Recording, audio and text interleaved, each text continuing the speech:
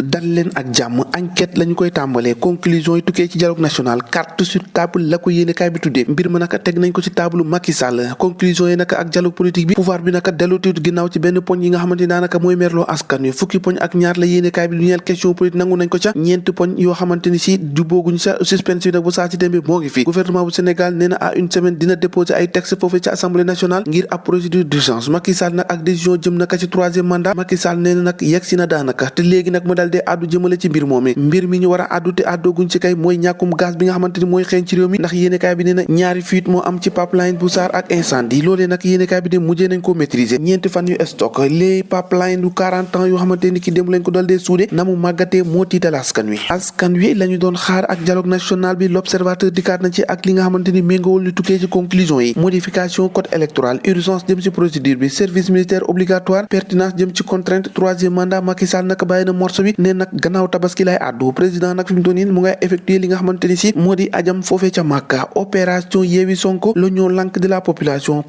bi di askan wi lànk la ñu def bañ a dem leader Yewwi askan wi naka ñu gaz leen ba ñu saf-sap député yi ñu arrêté leen militants yi naka kenn gisu leen les secrets jëm ci arrestation Cheikh Thioro Mbacké yéeni kaab di l'observateur xëy na si dikkaat ñu dikkaat ci dialogue boobee nag ak li nga xamante ni moo di suspense bi Macky Sall yóbbu na ko ba gannaaw tabaski nee na dina indi tontom ci lu ñeel naka troisième mandat bu contexte bu yéegee muy gën a évoluer naka nee na il faut que loolee moom mu dal dee leer nee na naka li ñu dal dee def ci dialogue bi posé na ay conditions xamante ni si daf ñoo nar a yóbbu ci ay élections yu dal te ànd ak jàmm ñi amul jàmm ni ki démb moo di leader Yewwi Askan Wi foofee ca cité kër góor gi dañ leen a gazé ba ñu nooy nepp nag waaye tamit ay arrestation xam ne nemmeeku nañ ca bokk na ci ñeenti député tribune yéene kaay dikkaat ci leneen moo di troisième ak faux suspense bu Macky Sall nag Macky Sall jarul sax ñuy xalaat jarul sax ñuy xam ñaar yoon ne dina déclarer candidature am les signes annonciateurs li tax rek ñu dal di koy wax yéene kaay xëy na koo fësal ci jamono joojee nag boromam di borom gëm sa bopp nee na France mooy encouragé Macky Sall ci jëf ji nga xamante ne moom lañ ci nekkee waaye nag na xam ne bii mooy tabaski bu mujj foofee ca palais ba bugaan mooy wax de yor dikkaat naka jël yoonam dem ci élection présidentielle yi ñu dëg mën nag ci atum 2024 ay accord jëm ci dialogue boobee naka dil dialogue la ko yéene kaay bi tuddee loolee lépp naka ngir écarter Ousmane Sonko ci atum 2024 laas di ko féeri ne balaa 2024 Macky Sall dal naa yokku naka xiini mii ni ci xelu askan wi moom naka nee na bu demee Màkka ba ñëw ñu tabaski ba noppi naka ci lay àddu naka jëmale nag ci li nga xamante ni si moo di troisième mandat boobee troisième mandat bi ak la ñu doon waxtaanee di recommandation yi dialogue national boobee naka yéene kaay bi doon sonné ne daanaka booy xool mot nañu 270 recommandations maanaam ay càkkuteef yoo xamante ni becc nañ ko ci kanamu président de la république ngir ñuy càmbar ko news moo ngay càmbare ak synthèse philosophique bi nga xamante ni amoon na professeur Songe amoon na ko limaanu joorim bi Amadou Ba demoon na nag naamu tànkam xoole élèves yi nga xamante ni si ñooy waajal examen baccalauréat boobee la mu leen xamle ci biir yéenekaay bi noonu ñoo ngi fii nag ngir jàpp leen ngeen préparer seeni examen naturellement ñu ngi leen di souhaiter yéen ñëpp ngeen dal dee réussir loolu moom du mun a yomb moom li yombul benn yoon ci autoroute bi naka jàpp leen yéenekaay bi xëy na koo fësal di laas ni na 1500 accident ca ñoom naka ñaar fukk ak ñaar ñoo xamante ni si ñàkk nañ seenu bakkan ci autoroute à péage bi ci atum 2022 bi képp